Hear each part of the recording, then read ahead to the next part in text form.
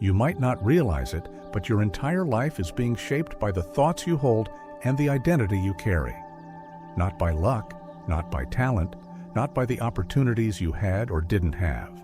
Your thoughts determine the size of your future. Your beliefs quietly design the limits you end up living inside. And the most surprising part? Most people never challenge those limits.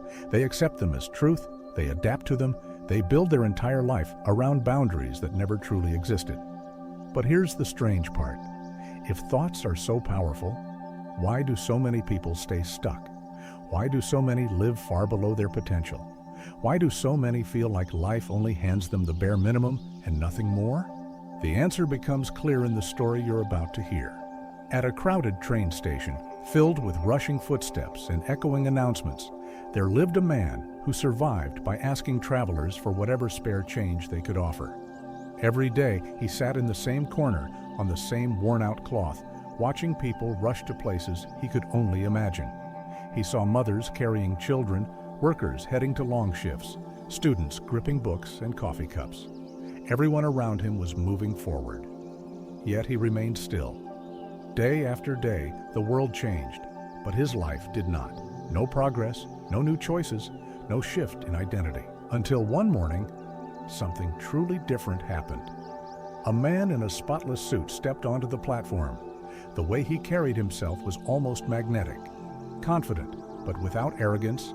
Calm, but without hesitation. He walked like someone who wasn't controlled by life, but someone who directed it. The beggar watched him with hopeful eyes and thought, if anyone can help me today, it's him. This man has more than enough. He rushed forward, hands stretched out, expecting coins, kindness, something. But instead of reaching for his wallet, the man stopped, turned, and locked eyes with him. "What do you give?" he asked softly. The beggar felt the world freeze around him. He had been spoken to before. He had been ignored, pitied, brushed aside, occasionally helped. But he had never been asked this question. "What do I give?" he repeated in his mind. His voice trembled. "I don't have anything to give," he said quietly.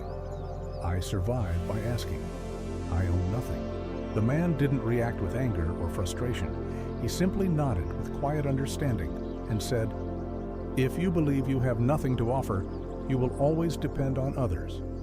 But when you carry something, even something small, the world responds differently." Then he stepped onto the train and the doors closed behind him. The beggar stood frozen long after the man disappeared. It wasn't judgment. It wasn't insult. It was truth. Truth spoken in a way that cut through years of hopelessness. For the first time, he questioned everything. Is this why people rarely help me? Because I bring nothing to the exchange? Because I never believed I had anything of value? That night, sleep was impossible. He lay awake on the cold concrete, staring at the dark sky above the station roof, replaying the question over and over. What do I have? What could I possibly give? He had never asked himself that. No one had ever encouraged him to think beyond survival. He had spent his entire life believing he had nothing to contribute. For the next 2 days, he didn't beg at all. He simply watched. He observed the patterns of people. He studied what made people stop, what made them smile, what made them walk away. And something in him started waking up, something he had forgotten he had. Awareness, curiosity, imagination. On the third day, something unexpected caught his eye. Near the edge of the tracks, growing in a place most people never noticed, was a patch of tiny, colorful wildflowers. Their petals were bright against the gray concrete. They grew without care, without attention, without recognition, yet they were beautiful anyway. Something clicked in his mind. What if I don't just take? What if I give something back? What if I offer a flower with every coin someone gives me? It sounded foolish, childish, but it was something. And something was more than he had ever offered. He carefully picked a few flowers, cleaned the dust from their petals, and returned to his spot. When someone dropped a coin into his hand, he smiled, a genuine smile he hadn't felt in years, and offered them a flower. The reaction was immediate. People didn't just accept the flowers, they brightened. Their eyes softened. They looked at him differently. Some kept the flower, some smelled it, Some tucked it into their bags. Some came back with bigger coins. And day after day, he watched the pattern unfold. When he had flowers, people gave more. When he ran out, things returned to old habits. He realized something powerful. They aren't giving because they feel sorry for me. They're giving because I'm giving something too. This is not begging, this is exchange. One afternoon, he spotted the same well-dressed man through the window of a departing train. Without hesitation, he ran toward him. "Sir, today I have something to give," he said with pride. "If you give me money, I will give you flowers." The man smiled, handed him money, and accepted the flowers. "You understand exchange now," he said. "You're no longer begging, you're offering value." And with that, the train rolled away. But his words didn't leave. They stayed inside the flower seller's mind, echoing with every beat of his heart. "I'm not begging anymore. I'm offering something. I have value. I'm not a beggar. I'm a businessman."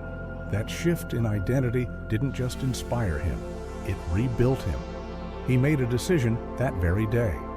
He walked out of the station and never returned to that corner again. 6 months passed. The station was just as busy as before. Crowds, footsteps, announcements bouncing off concrete walls. But something new happened. 2 well-dressed men met on the platform and shook hands.